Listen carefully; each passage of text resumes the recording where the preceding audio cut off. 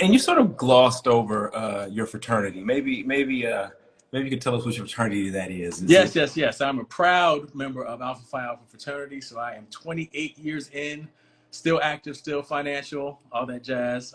But I say that because one, I'm proud Yeah. of my organization, but also it's really given me an opportunity um, to do some really substantive work in the community. So this Black Barbershop Initiative is one of several projects that we're involved in that allows us to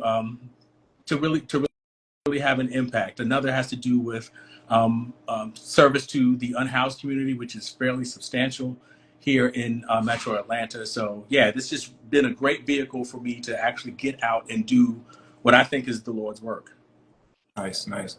Well, so that kind of comes to, so you started talking about community and the different communities that you're involved in. Let's do the alpha thing I, right now. Let's get it I out. had to. It's all in the comments. I see them coming up. Uh, I got a couple of brothers in our Broganza chat that are alphas, and that conversation never ceases. We love to see it. Kappas.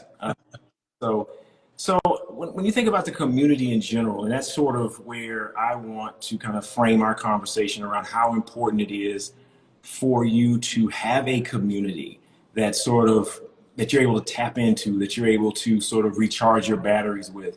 Um, and I want to know more about how you're using these community-based projects to inspire the young men in your at Morehouse or in your class, or how does it refill your cup. That's important to me as it relates to this community of Black men that I have been assembled with for a while now, post COVID, just sort of working out together, tapping in together, chatting together, supporting each other through, difficult things with family, work, all sorts of things.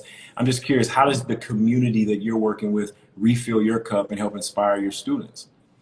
Yes, that's a good question. I think I want to talk about community in a few different ways, largely because I actually am a member of a few different communities, and each of them actually helps feed my soul in some respect, and I hope that I am contributing to them much the same way. So, I've talked about my fraternity, I've talked about my experience at Morehouse, and I will say that my students at Morehouse are my brothers, right? So I have a vested interest in their health, in their success, and they ultimately become friends of mine.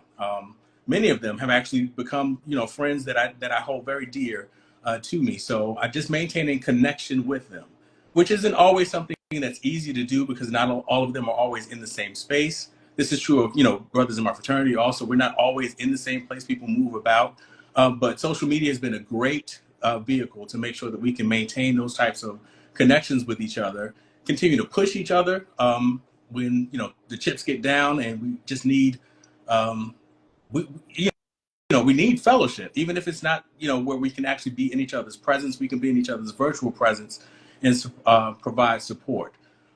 So there's that, and even my gym community, right? So these guys that I have been working out with for like the last 15 years or so here at Morehouse. I mean, these have become my family, man. They're like my brothers, and